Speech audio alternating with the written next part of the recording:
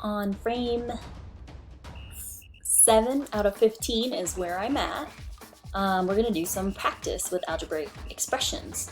So it's very important to make sure that we follow the directions with every one. Remember, when we're doing like word-like problems, we always make sure we want to know what we're doing first. So number 1 says identify the variables in the algebraic expression below. So we are looking for variables. Okay, and our variables include x and y. Okay, on my next frame, 8, the question asks, what is the coefficient in the algebraic expression below? So let's look for our coefficients. We know that our coefficients are 3 and 1. Okay, A and B are not coefficients, they are variables. On my next one, frame 9, it says identify the terms in the algebraic expression below. So this time we're looking for the terms. So my first term, I'm going to separate my terms through looking for the operation. So here's my first operation. So that separates my first term. I have 7h. I have my second operation. So that means that this is my second term. Draw a rectangle instead of a square this time. And then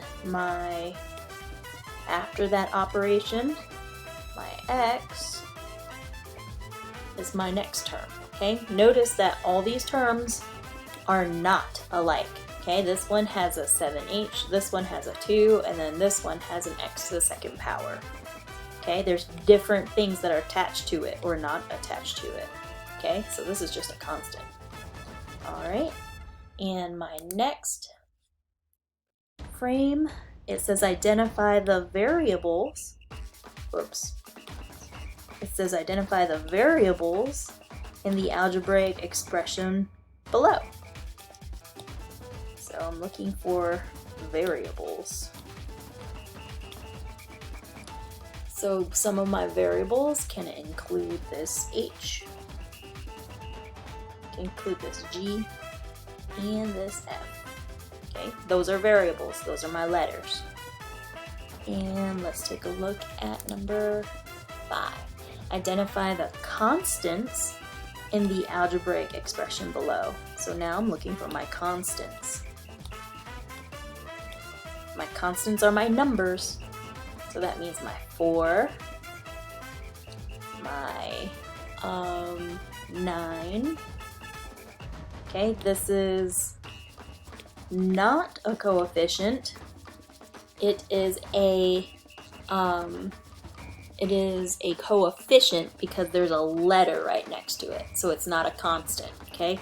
So this is one term, but since there's a letter next to this 5, that means that this term, in that term, this 5 is not a constant. Okay, my next one, it says identify the coefficients in the algebraic expression below. So my coefficients are those numbers right next to my constant. So I have a 4, and since there's no number next to this x and it stands alone, we're going to assume there's an invisible 1 right there. Okay, because 1 times x would equal x. Okay, so 1 is also a coefficient. Okay, and since there's this negative number next to it, or this subtraction sign, this negative number next to it, that means that it's a negative 1. Okay? My next frame, I'm labeling each part of the algebraic expression.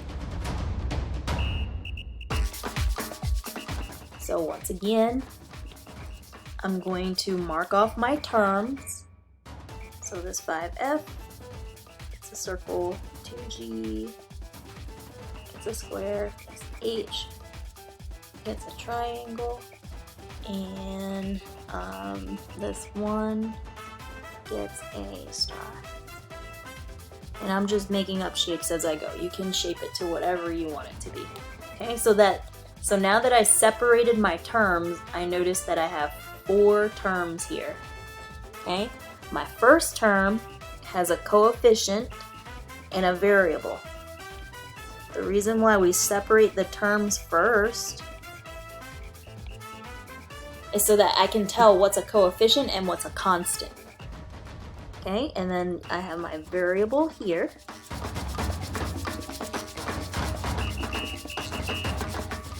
Then I have a coefficient. That's my -2.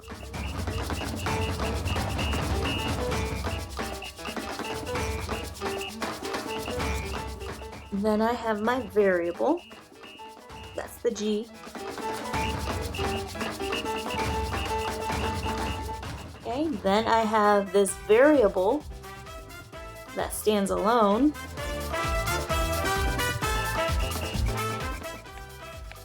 And then this -1 is a constant.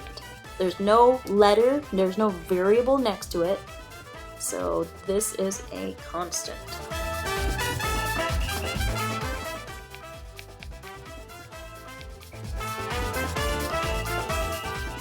And then on my next frame are your exit slips. Okay, these you fill out on your own. So you have one here, 5x minus 2y plus 3x minus 9. You have to identify each part of the algebraic expression below. So that means you have to do the same thing that you did on this slide with me. This time you do that one on your own. Okay, you label the different parts of the expression. The next thing you're going to do is you're going to write an algebraic expression on this exit slip. Okay, so you're gonna make one up with 3 terms. So that means you're gonna need 2 operations, and then at least 1 coefficient of 5 and 2 different variables. Okay, so you're gonna have 2 different variables. It can be d and it can be j. It can be x, it can be z. Okay, it doesn't matter. Your variables have to be different. Your coefficient, however, one of them, the one that is in front of your variable, has to be a 5. Okay, so again, it has to have 3 terms, at least 1 coefficient, and 2 different variables. Okay? If you have any questions, please feel free to email me. After you are done with this, we are going to start our notes for reading algebraic expressions.